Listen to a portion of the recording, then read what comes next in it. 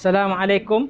Waalaikumsalam warahmatullahi wabarakatuh. Bismillahirrahmanirrahim. Allahumma aftah alaina hikmataka wa anshur alaina min khazaini rahmatika ya arhamar rahimin. Rabbi shrah li sadri wa yassir li amri wahlul 'uqdatam min lisani yafqahu qawli. Okey, belajar semua boleh duduk. Okey, sebelum kita mulakan sesi pembelajaran kita, Ustaz minta pelajar-pelajar sila perhatikan di bawah meja masing-masing jika ada sampah-sampah yang terdapat di bawah meja ataupun bangku awak masing-masing, sila kutip agar kita dapat belajar dengan suasana yang selesa dan kondusif. Okey. Semua sihat semua? Sihat, okey. Jadi hari ni bersama Ustaz ni ada beberapa barang ya. Ustaz nak tunjuk ni. Magic. Okey, apa dia ni? Yang pertama, tarang, kopiah. Yang ni apa? Serban. Apa ni, Ustaz nak buat pertunjukan fashion ke apa? Okey, yang ni apa ni? Jubah. Okey. Ni adalah apa ni? Pakaian. Apakah sinonimnya pakaian ni dengan tajuk yang kita akan pelajari ni? Pakaian apa ni? Siapa yang selalu pakai pakaian ni? Ulama tak? Jadi kita tengok biasanya golongan ulama ni dia orang suka berpakaian sedemikian dengan pakai serbannya, pakai kopiah dan jubah. Baik. Baik. Contoh, siapa dia? Tokoh ulama yang selalu berpakaian sedemikian. Tok Kenali. Lagi? Siapa lagi? Syekh Ramadan Al-Buti. Kalau kita yang tokoh yang terkini lah masa kini. Siapa dia? Tokoh ulama yang terkini yang pada zaman sekarang. Kalau Tok Kenali tu dah lama. Ramadan Al-Buti pun dah meninggal dunia. Yang sekarang yang masih hidup. Contoh siapa? Dr. Zulkifli Al-Bakri. Siapa Dr. Zulkifli Al-Bakri ni? Mana mufti? Sekarang tak jadi mufti dah. Jadi apa? Sekarang dia menteri di Jabatan Perdana Menteri Bahagian Hal Ehwal Agama Islam. Dulu memang dia mufti. Sekarang sudah bertukar dah jawatan dia. Baik. Jadi untuk pembelajaran hari ini Ustaz ada mengharapkan objektif pembelajaran. Okey. Sebelum kita mula pembelajaran ini, kita akan ada objektif pembelajaran. Pembelajaran kita hari ini ialah pertama,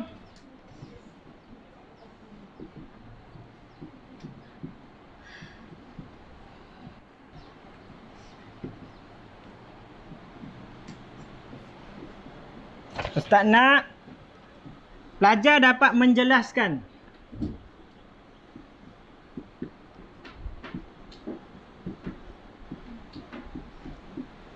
intisari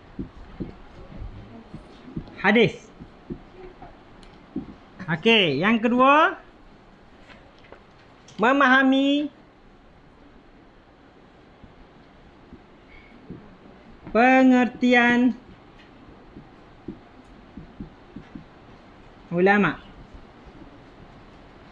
Yang ketiga, menyatakan ciri-ciri seorang ulama. Yang keempat,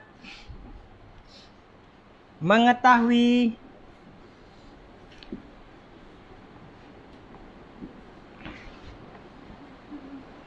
kedudukan ulama dalam masyarakat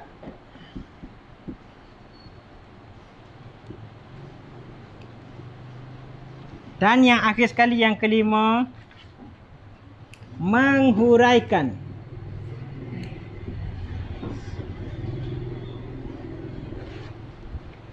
kepentingan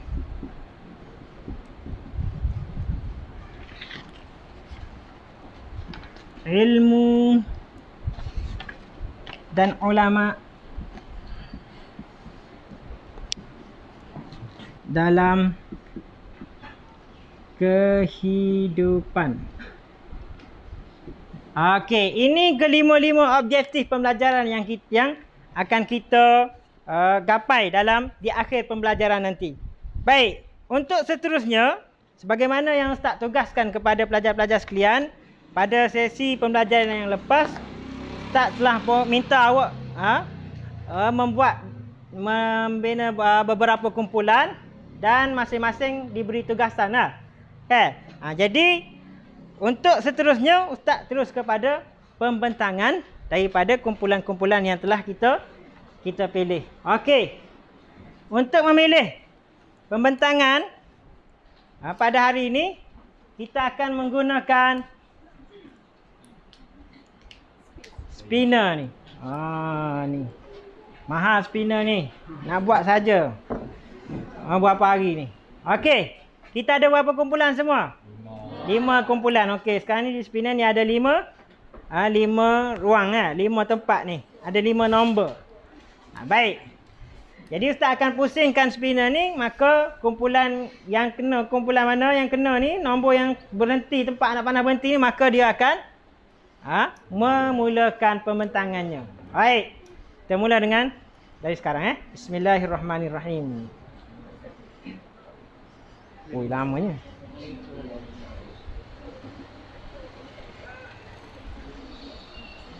Kumpulan 2. Okey. Dengan segala hormatnya dipersilakan kumpulan 2 untuk membuat Assalamualaikum warahmatullahi wabarakatuh. Assalamualaikum. Bismillah sadari wa yassir li amri wa hlul 'uqdatam min lisani yafqahu qawli. Okey, hari ini kami dari kumpulan 2 dah ingin membincangkan tentang kepentingan ilmu dan ulama dalam kehidupan. Sebelum saya masuk dalam topik ni, okey, saya nak ayatnya perbezaan antara orang berilmu dengan orang tak berilmu ni. Siap-siap awak jangan ayat lah. Orang berilmu ni sama dengan orang tak berilmu. Sebab apa? Sebab orang berilmu ni, setiap amalan yo, geria, setiap hembus nafas yo boleh pahala. Itu orang tak berilmu pula, kalau yo tak suka ilmu, paling debek pun yo mencintai ilmu. Orang-orang berilmu tu. Okey. Ikhwan sekalian, saya menduga cerita juga ingin membaca satu hadis daripada Nabi Rasulullah SAW bersabda, barang siapa yang melalui satu jalan untuk mencari ilmu, Allah akan mempermudahkan baginya jalan menuju ke syurga. Okey, masuk pada satu topik kita, iaitu kepentingan ilmu dan ulama dalam kehidupan. Yang pertama, ilmu mendorong setiap Muslim mengenai dan mentauhidi Allah. Okey, mentauhidi Allah ni kita nak belajar. Contohnya kita belajar usuluddin, tasawuf, fiqh. Okey. Benda ni tak tahu, tak ngaji, dosa dah atas setiap individu. Ingat. Okey, kenal Allah pula tu wajib. Sifat-sifat 20 ya wajib Teman-teman. Okey.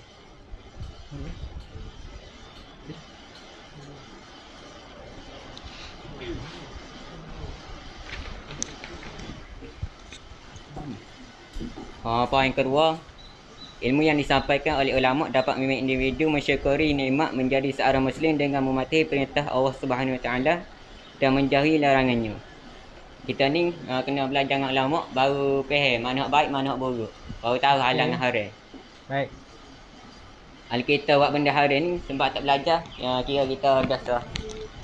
Kalau tidak, kita buat dosa sama sebab kita tak belajar. Itu penting kita ni mencari ilmu.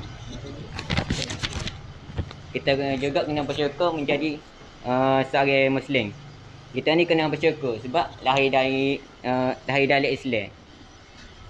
Kira ni semua tak ada Allah.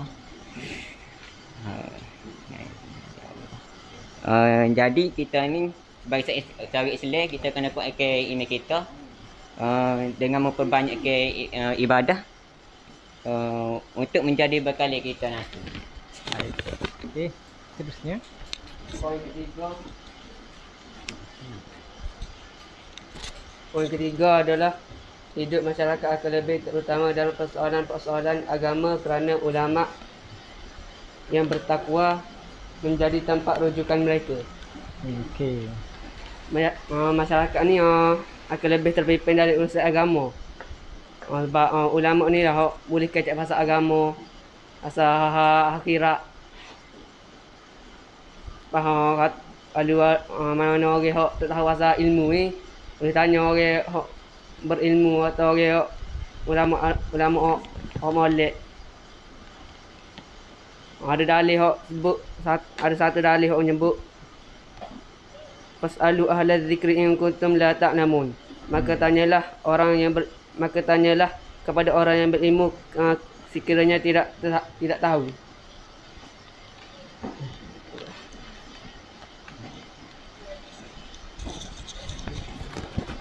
Kepentingan ilmu dan ulama dalam kehidupan. Nombor 4, melahirkan masyarakat yang hidup bersatu padu dan penuh harmoni kerana ulama yang ikhlas membawa mesej Islam yang penuh kesejahteraan. Ulama ikhlas ni mungkin nak meraup keuntungan dunia ataupun hawa nafsu. Bahkan yang nak anak-anak murid dia ni dapat ilmu lebih alim ada je. Dan nak jadi anak murid dia ni selamat dunia akhirat. Bersalah pula dengan ular dalam semut. Ular dalam semut ni lawan bagi ulama ah. Tak reti pun nak ngajar kot. Nak ambil tugas orang alim. Satu. Daging ni ya.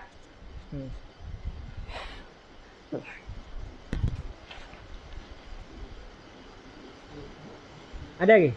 Ada.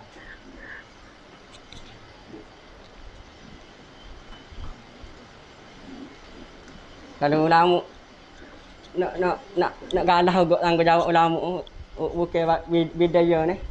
Ya. Mula masyarakat jadi kocak-kacir hanya habis. Okey. Lepas tu Hanya atau apa? Hanya atau apa hanya? awas Kelantan. Huru-hara lah. Orang. Huru-hara hanya. Ada tak jadi ni. Apa dia? Satu padu. Jadi tak tahu hak dan batil. Capu habis. boleh tanya dia soalan kalau nak tanya tu sambil-sambil tu. Boleh tanya soalan tu. Poin yang kelima, mewujudkan sebuah negara yang menegakkan syiar Islam. Jadi sebelum kita mewujudkan negara yang menegakkan syiar Islam ni, asas dia mula daripada kita. Kita memilih pemimpin sama ada dia tu baik ataupun jahat. Jadi kalau misalnya kita pilih pemimpin yang baik, semua hukum hakim yang terjadi dalam negara ni dia akan merujuk pada ahli ulama sebelum buat sesuatu perkara tu. Tapi kalau kita salah pilih pemimpin ikut kepala otak diri mikir, pakai awak hak haram pun jadi halal. Jangan haraplah negara kita ni aman. Jadinya poin kelima pula.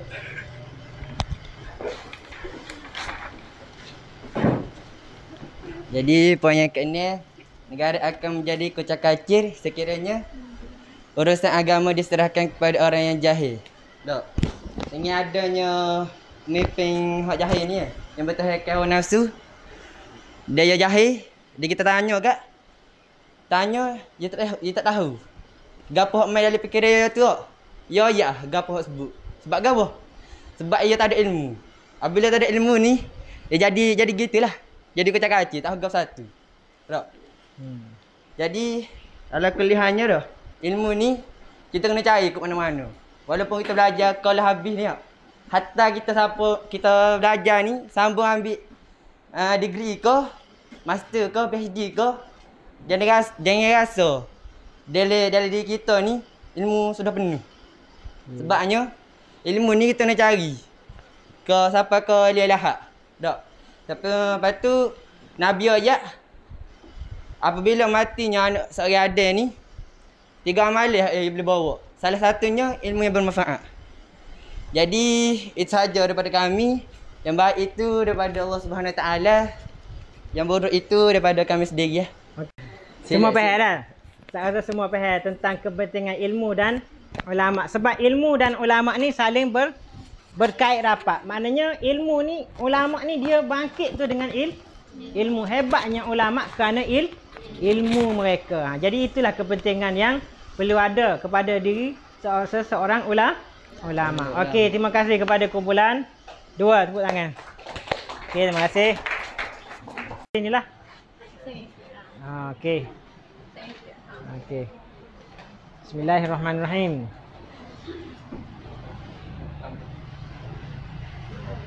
Kumpulan 5. Hai. Kerik ni orang lelaki belakang dulu. Baik, dipersilakan kumpulan 5. Assalamualaikum warahmatullahi wabarakatuh. Assalamualaikum. Hari ini kumpulan kami iaitu kumpulan 5 ingin membincangkan tentang ciri-ciri ulama yang berada pada masa kini. Ulama pada hari ini ialah seorang yang sangat berilmu, yang sangat mendalami ilmu agama Islam kita yang tercinta ini. Mereka ialah orang yang menggantikan para nabi, para sahabat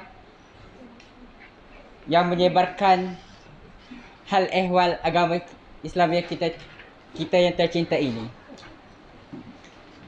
Antara ciri ulama yang terdapat pada hari ini ialah Yang pertama ialah beribadat dengan penuh khusyuk dan ikhlas kerana Allah. Hati mereka sentiasa bergantung dan menanjat hanya kepada Allah. Ulama ni apabila beliau beribadat dengan khusyuk ikhlas kerana Allah. Bukan untuk menunjuk-nunjuk ilmu yang ada padanya kepada orang lain. Okey. Tetapi mereka beribadat dengan hati yang terbuka.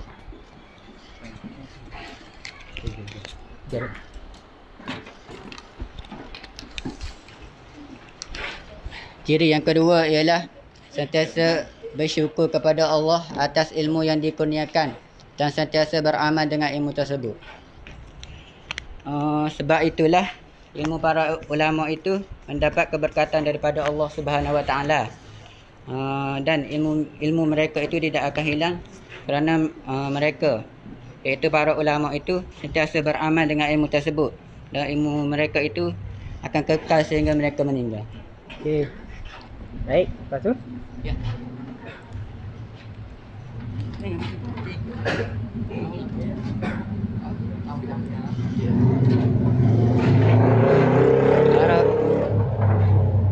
Ciri yang ketiga ialah para ulama berjalan di atas muka bumi tanpa rasa riak atau bongkak dengan ketinggian ilmu yang dimiliki. Mereka sentiasa menyampaikan ilmu kepada masyarakat dengan penuh hikmah.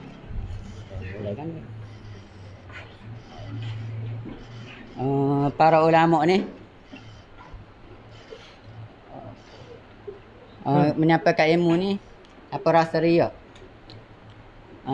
atau bongkak dengan ketinggian ilmu yang dimiliki.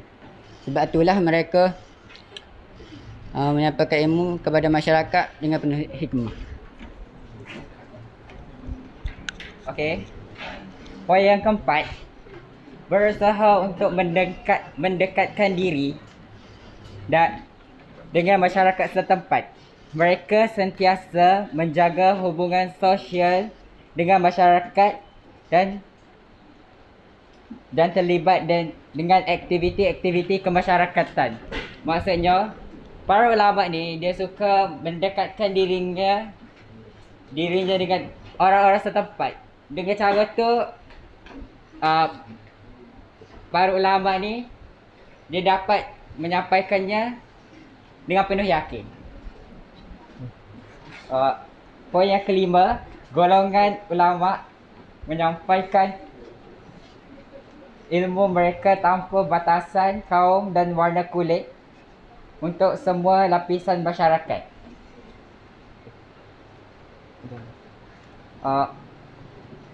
Maksudnya sini para ulama ni dia tak kira sama ada India Cina ataupun Melayu ataupun kaum-kaum yang lain, mereka ni sentiasa berusaha untuk menyampaikan ilmu yang mereka pelajari. Okey. Ada lagi?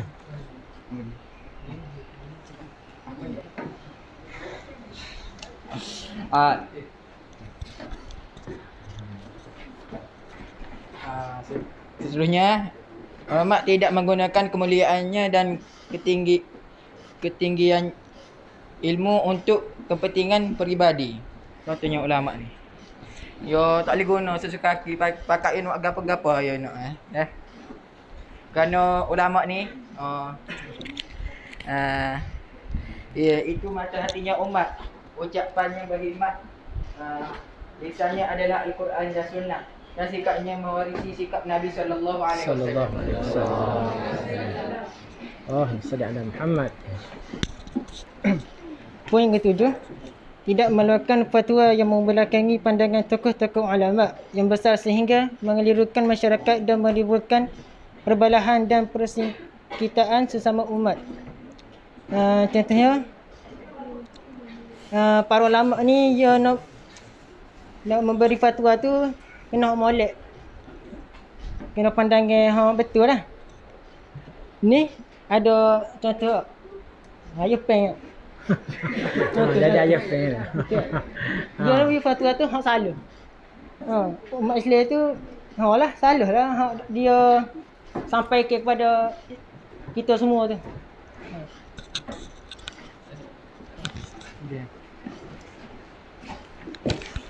Poin ke-8, sentiasa berakhlak dengan akhlak yang terpuji dan mencontohi sunnah Rasulullah.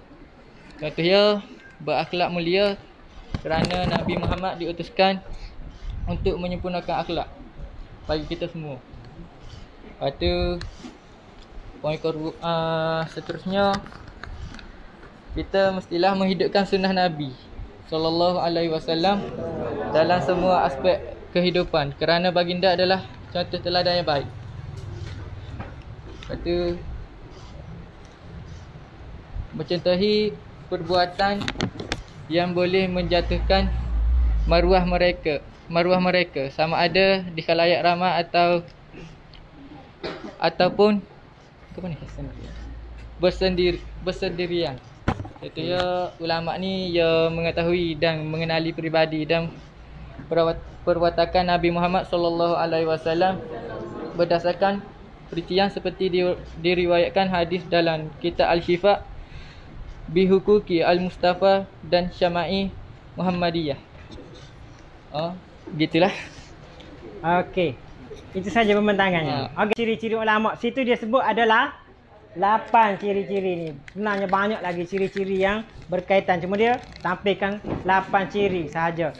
Apa-apa pun, setiap benda tu dia mesti ada ciri-ciri dia. Yang boleh meyakinkan kita. Jadi ulama ni antara satu figura, satu benda yang orang panggil perlu kepada kita memahami, mengenali ciri-ciri mereka. Apabila kita mengenali ciri-ciri mereka, kita akan kenal, oh siapa ini ulama. Ini betulkah dia ni ulama? Kalau dia bercakap tentang Islam, layakkah dia bercakap tentang hal ehwal agama Islam? Okey, terima kasih kepada kumpulan apa? 5. Okey, terima kasih. Okey, kita nak dah. Kumpulan 4. Sila kumpulan 4. Assalamualaikum warahmatullahi wabarakatuh. Berdirinya kami di sini adalah untuk berkongsi ilmu tentang kedudukan ulama dalam kalangan masyarakat. Okey. Seperti yang kita sering dengar, ulama ni adalah pewaris Nabi. Kenapa dipanggil pewaris Nabi? Kerana mereka adalah orang-orang yang berilmu dan menyampaikan pesanan-pesanan yang Nabi kita sampaikan pada masa sekarang. Okey. Jadi sebelum kami pergi ke arah yang selanjutnya, saya minta rakan-rakan saya ni untuk perhatikan betul-betul apa yang kami nak kongsikan. Beri penglihatan dan pendengaran yang baik supaya benda ni dapat diterapkan dalam kehidupan masing-masing. Okey. Sebarang pertanyaan boleh diajukan selepas kami selesai berkongsi ilmu kami. Sima, boleh mulakan? Kenapa dia? Okey, jadi hadis pertama iaitu dalil pertama, Allah menjelaskan dalam Al-Quran bahawa kedudukan para ulama itu diangkat lebih tinggi daripada yang lain kerana ilmu yang dikurniakan oleh Allah kepada mereka. Okey, firman Allah Subhanahu Wa Taala, yarfa'illahu allazina amanu minkum wallazina utul ilma darajat. Okey.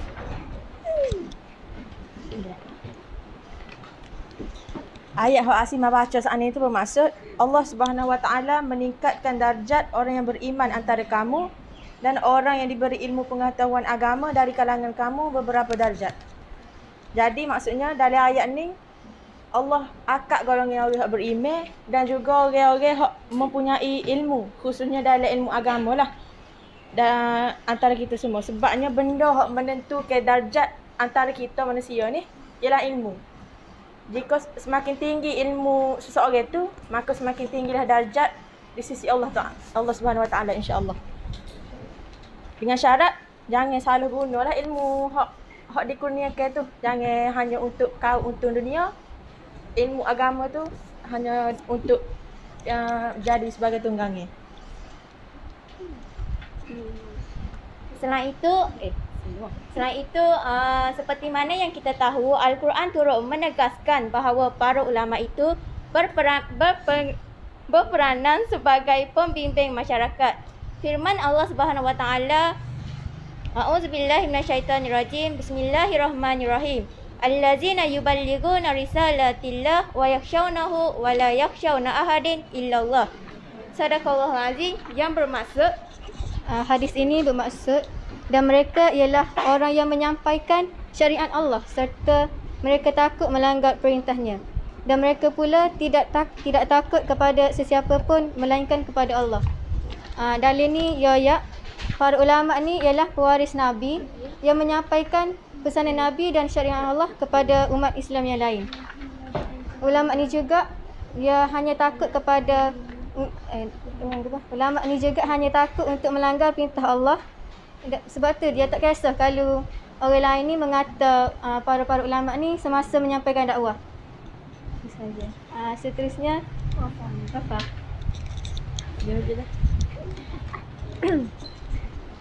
Seterusnya, ulama ni berperanan menjadi contoh kepada masyarakat melalui sifat takwa yang dimiliki. Masih ingat masyarakat ni mestilah ikut apa yang ditunjukkan, apa yang diajarkan oleh ulama lah. Seperti dalil yang berbunyi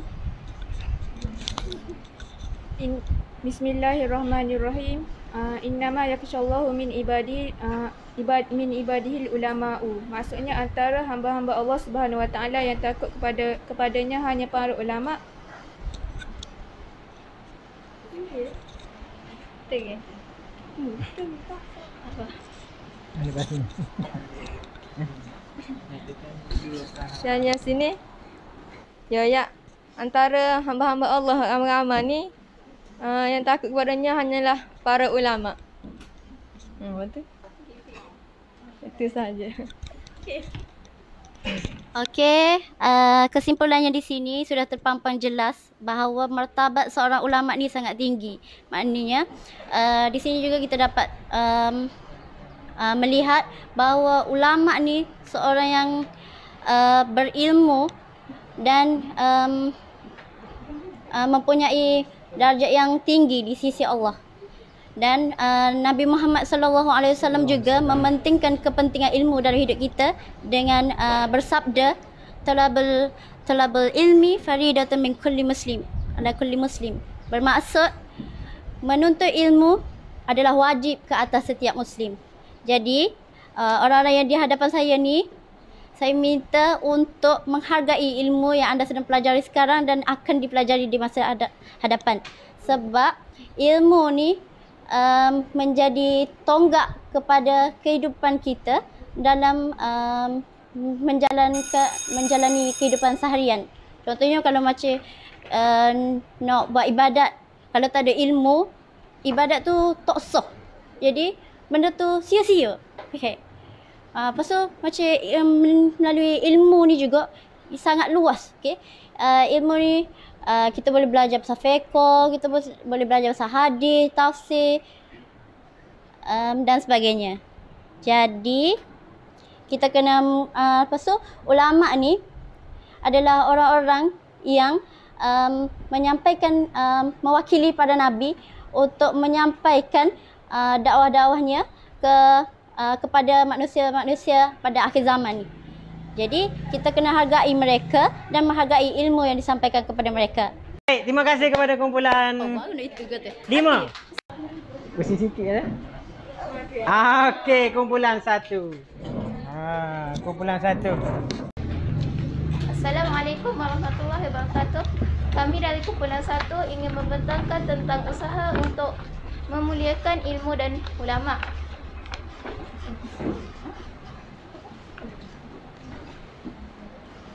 Manusia pada hari ini memerlukan ilmu pengetahuan supaya nanti ni kita boleh mengelakkan diri kita daripada difitnah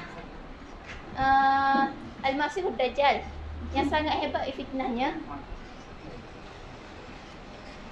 Seperti yang kita ketahui, masyarakat pada hari ini kurang mengamalkan ilmu yang mereka ketahui.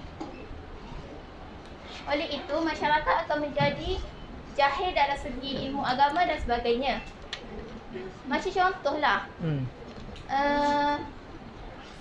perempuan Samelon ni wanita bernikah Jamelon ni.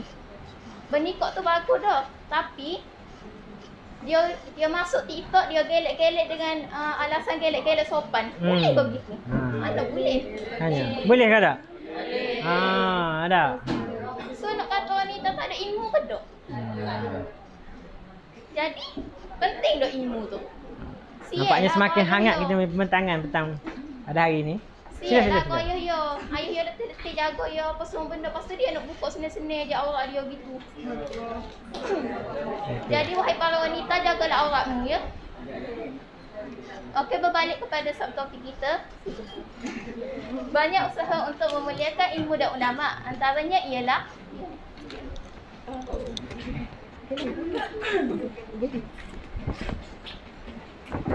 antara usahanya ialah melantik ulama dalam majlis penasihat kepimpinan negara atau organisasi. Masyarakat yang berperanan sebagai rujukan utama dalam sebuah institusi.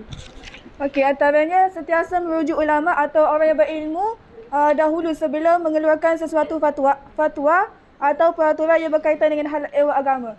Contohnya kalau nak buat sesuatu undang-undang ataupun tentang hal keagamaan, kena ambil orang ulama dulu untuk menjadi bahan rujukan mereka. Sudahlah.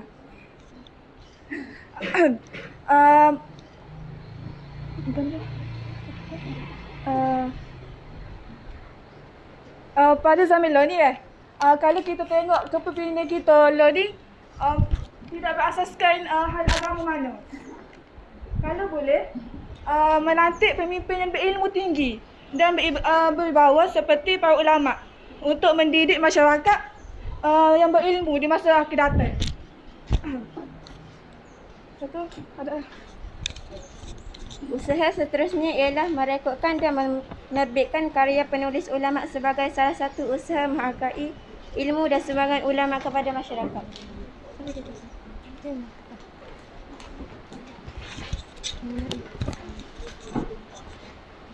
Penerangan bagi poin kedua ialah semasa ulama memberi ceramah tentang perkara keagamaan, kita perlulah merekod dan merakam ceramah tersebut dan sebarkannya melalui internet kepada orang ramai. Selain itu, kita juga boleh menerbitkan buku tentang para ulama supaya orang ramai dapat mengenali mereka.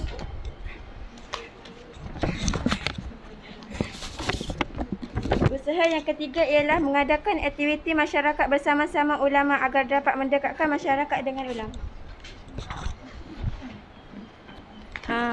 Aktiviti sini kita boleh buat aktiviti ceramah dekat masjid. Kita boleh ajak ulama tu mari ceramah dekat kampung kita, ajak masyarakat. Secara tidak langsungnya kalau dia mari tu masyarakat tu akan kenal ulama tu. Lepas tu kita juga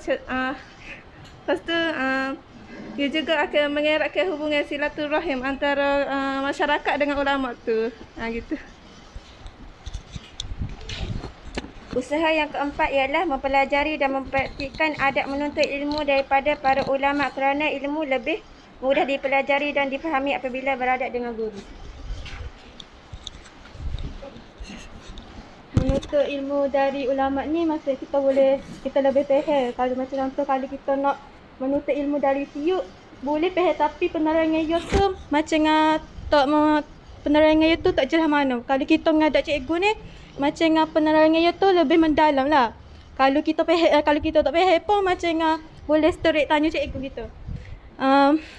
Kalau belajar dengan cikgu ni lebih fokus. Contoh masa tu kita belajar online macam tak boleh fokus sangat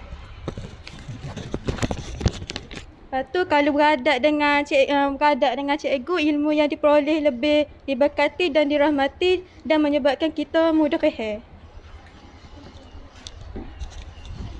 Usaha yang last ialah memberikan ruang dan saluran khas untuk ulama di media masa supaya masyarakat dapat mengambil manfaat daripada ilmu yang dicurahkan oleh mereka.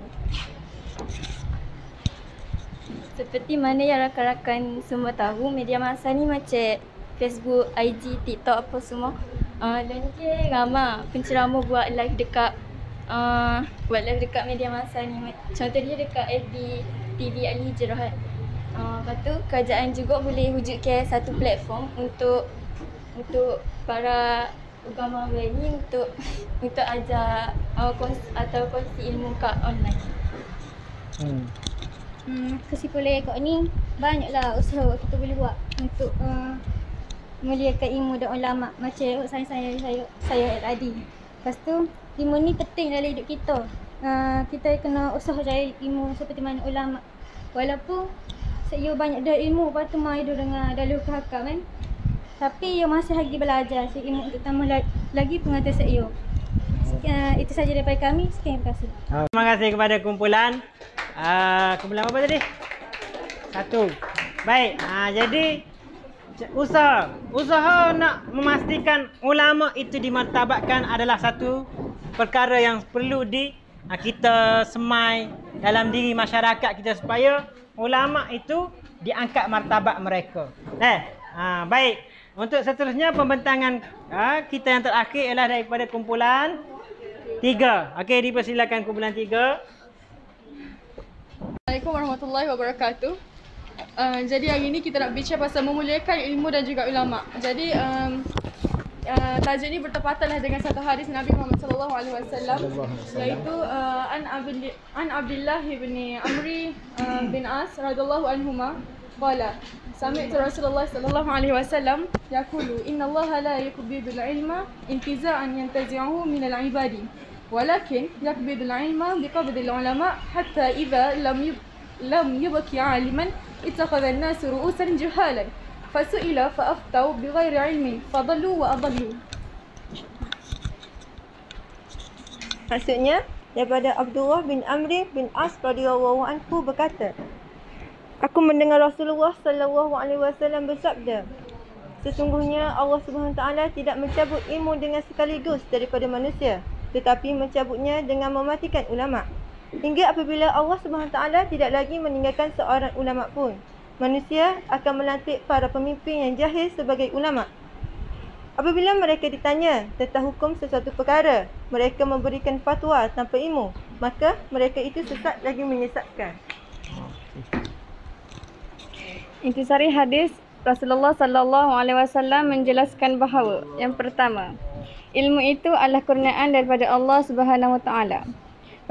Rasulullah sallallahu alaihi wasallam sentiasa berdoa agar dikurniakan Allah Subhanahu wa taala dengan ilmu pengetahuan yang boleh mendatangkan manfaat. Hal itu dinyatakan seorang sahabat karibnya Abu Hurairah yang meriwayatkan, baginda sallallahu alaihi wasallam pernah berdoa yang bermaksud, ya Allah, kurniakanlah aku manfaat daripada apa yang Engkau ajarkan kepadaku dan ajarkanku perkara yang bermanfaat bagiku dan tambahkanlah bagiku ilmu pengetahuan. Segala puji bagi Allah dalam setiap keadaan. Ilmu yang bermanfaat adalah ilmu agama yang akan memandu kehidupan dunia untuk dijadikan bekalan akhirat. bab Imam Al-Ghazali, ilmu tanpa amal adalah kegilaan dan amal tanpa ilmu adalah kesia-siaan. Poin seterusnya, Allah menghilangkan ilmu daripada hamba-hambanya dengan mematikan para ulama. Dari sini maknanya Allah ni dia tak tarik ilmu kita, tapi dia akan tarik nyawa para ulama ni sore demi sore sampai tak ada sore pun tinggal di atas muka bumi.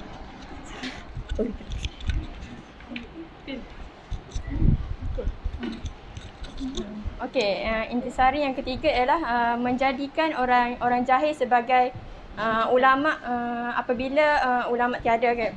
Okey, sebelum tu nak kata ni merupakan tanda-tanda akhir zaman. Orang ulama, orang berilmu mati, lepas tinggal orang jahil untuk orang manusia ni buat rujukan. Okey, sini dia kata menjadikan orang jahil ni sebagai rujukan.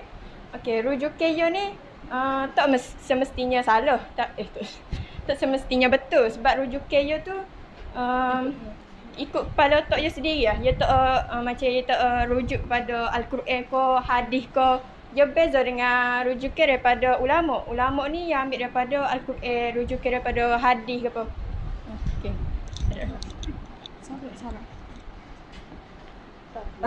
Poin yang seterusnya ada dalam hadis ni mengatakan orang jahil yang mentadbir urusan agama memimpin manusia ke arah kesesatan.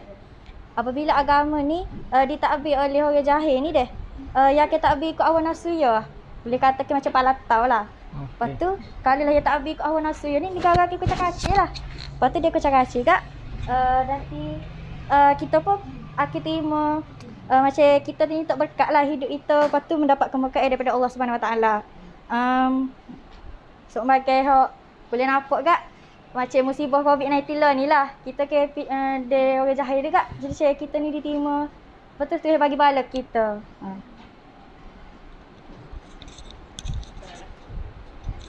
Okey, kepentingan ulama.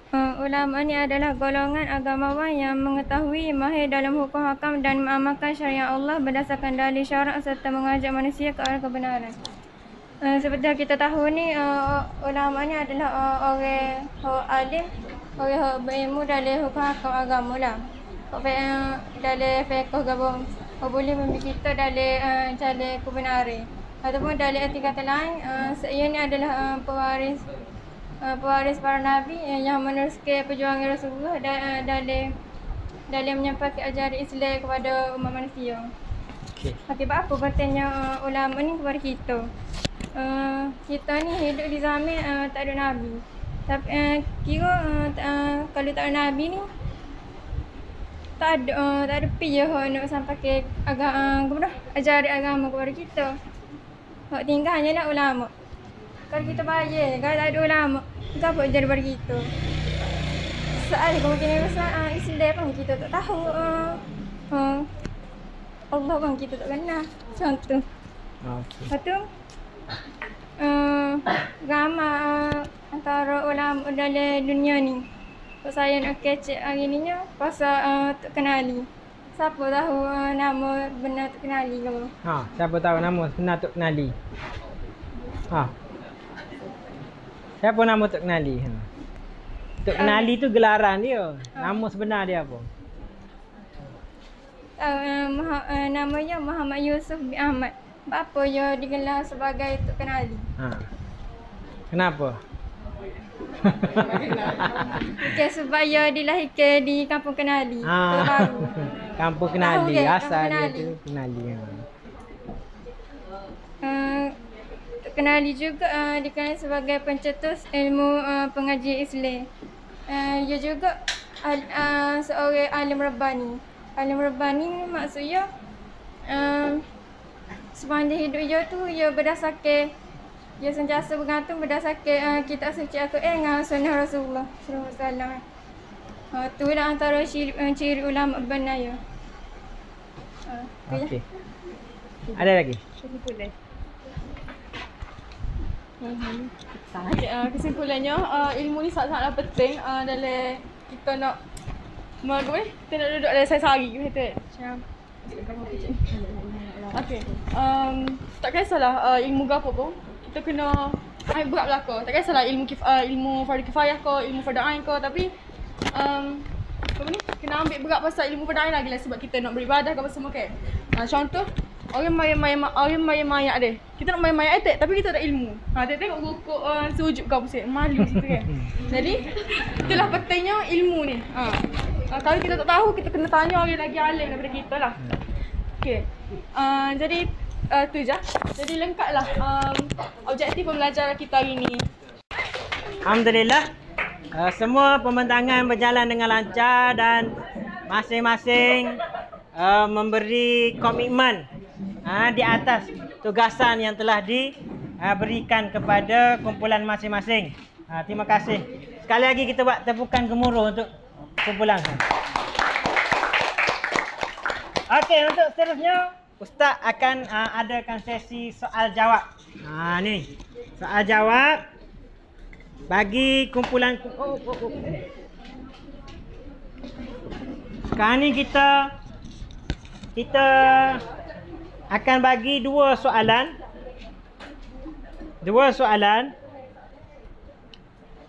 pada setiap kumpulan. Okey. Ustaz akan pergi kepada kumpulan berapa dulu?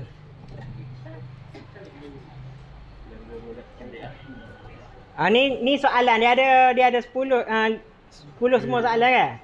Kumpulan berapa dulu? Kumpulan 4. Kumpulan 4 kumpulan ni dia kena cabut batas skrin ni. Dari mana dah batas skrin tu ada nama kumpulan dia, nama masing-masing. Jadi dia kena jawab lah. Siapa nak cabut?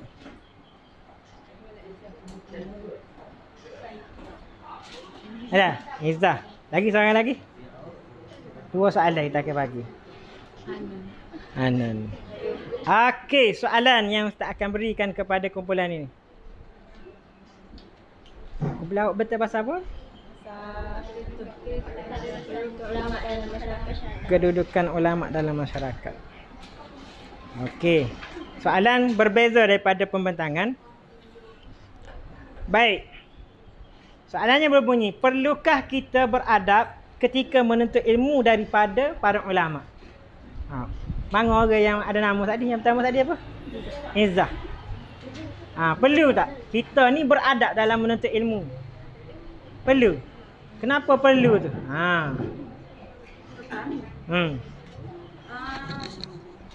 Tak melaksak. Cepat. Sebab ia merupakan pada air bagi sejak hidup. Dengan ilmu memandu seseorang arah kesejahteraan dan keredaan. Okey, betul tak? Jadi apabila kita nak menuntut ilmu dengan para ulama, sebenarnya orang kita menuntut ilmu mesti dengan orang yang ada ilmu. Tak ada orang menuntut ilmu dengan orang yang bodoh. Orang yang tak ada ilmu kita nak pergi menuntut ilmu. Jadi dalam menuntut ilmu kita perlu kepada adab, kena menghormati guru dan sebagainya. Baik. Soalan yang kedua. Boleh sila duduk. Siapa yang kedua? Hanan. Okey. Soalan yang kedua. Bagaimanakah usaha untuk memuliakan ulama dalam sesebuah negara? Dalam sebuah negara kita nak usaha kita untuk memastikan ulama itu dimuliakan. Bila kita kecek masa negara, paling penting adalah pemimpinnya dan menteri-menterinya. Jadi kalau kecek masa negara ni maknanya buat paling utama adalah peranan pemimpin dengan menterinya. Jadi kalau nak memuliakan ilmu ulama ni macam menteri teknologi maklumat boleh share dari media elektronik tu pasal ulama, pasal pentingnya ilmu dari kita. So kalau macam boleh ada kempen ajak orang ulama ni untuk menyertai kita kecek pasal ulama buat ceramah. Okey. Betul tak? Jadi itulah peranan pemimpin yang ada dalam negara tu. Sebuah negara kalau mereka tu tidak memainkan peranan untuk usaha untuk memertabatkan ulama dan ilmu, maka kita boleh lihatlah kedudukan institusi ulama itu sendiri. Ilmu itu sendiri berada di tahap mana. Jadi itulah sangat pentingnya kita memilih pemimpin yang betul-betul mencintai para ulama. Okey, seterusnya. Kumpulan tadi kumpulan 4. Kita pergi kepada kumpulan seterusnya. Kumpulan mana yang kena?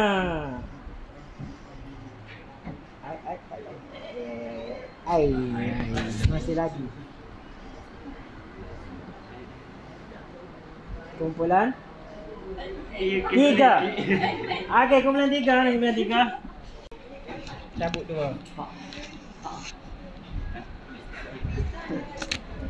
Hafizah dengan Izzuh. Tajuk awak betul tadi pasal apa? Intisari kan? Okey. Soalan berbeza deh. Adakah ulama mesti memainkan peranan dalam membimbing masyarakat? Okey. Jawapannya penting. Sebabnya?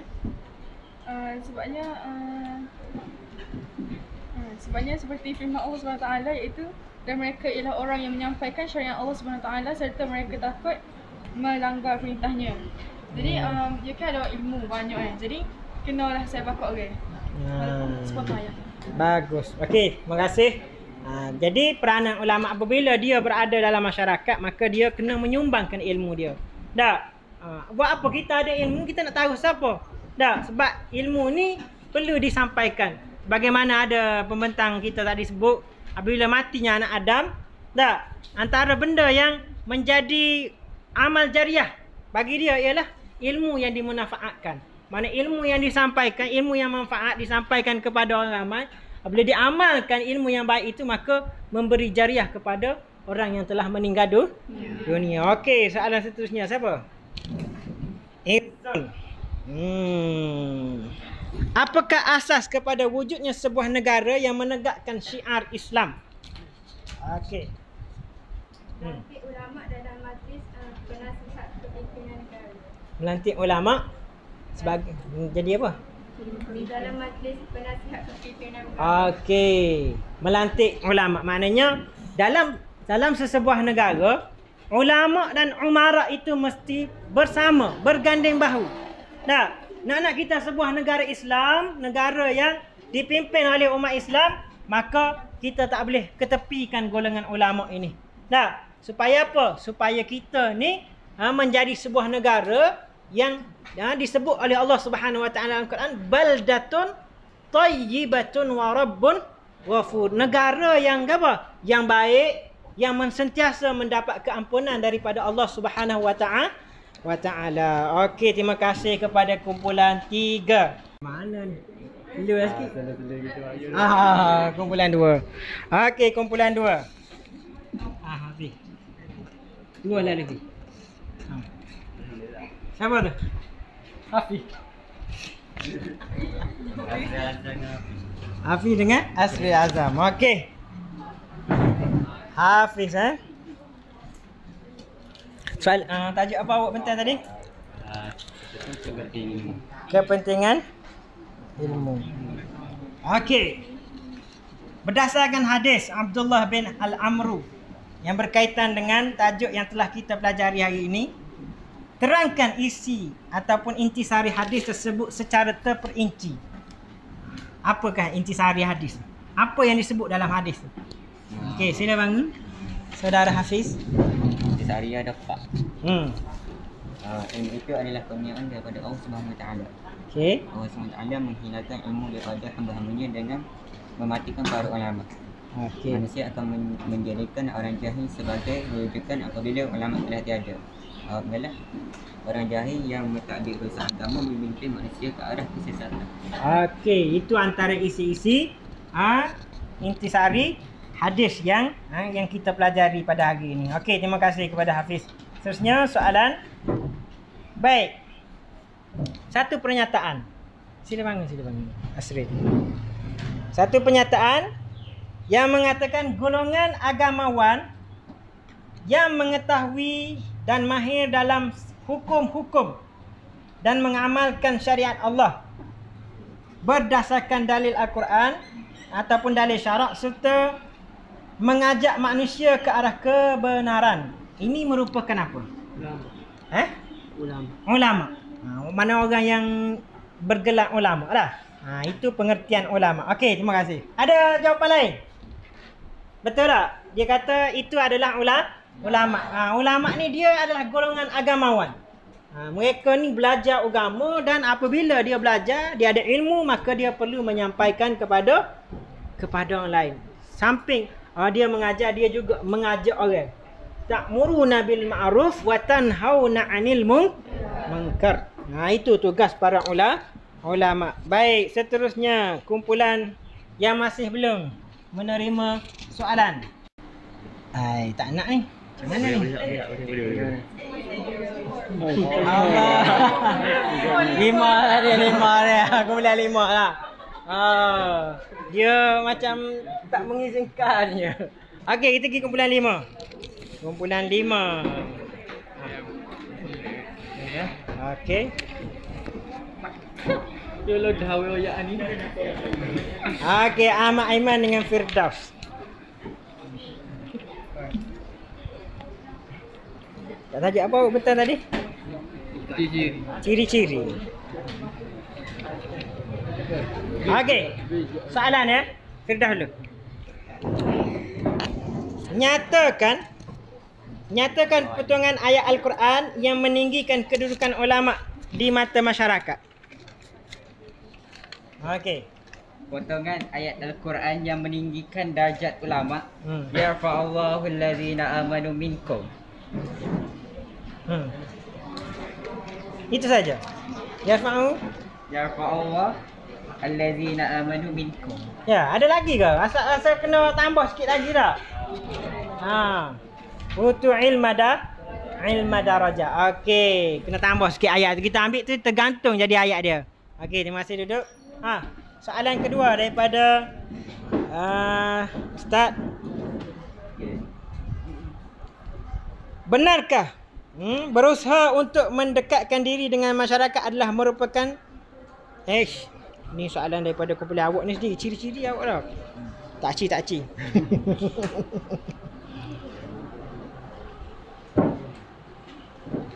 Okey, apakah sumbangan ilmu yang telah disampaikan oleh para ulama? Melahirkan masyarakat yang hidup bersatu pada kerana ulama. Apa dah? Melahirkan masyarakat yang hidup bersatu pada kerana. Okey, melahirkan masyarakat yang hidup bersatu. Maknanya macam mana tu? Berhidup bersatu? Bersatu pada kerana ulama.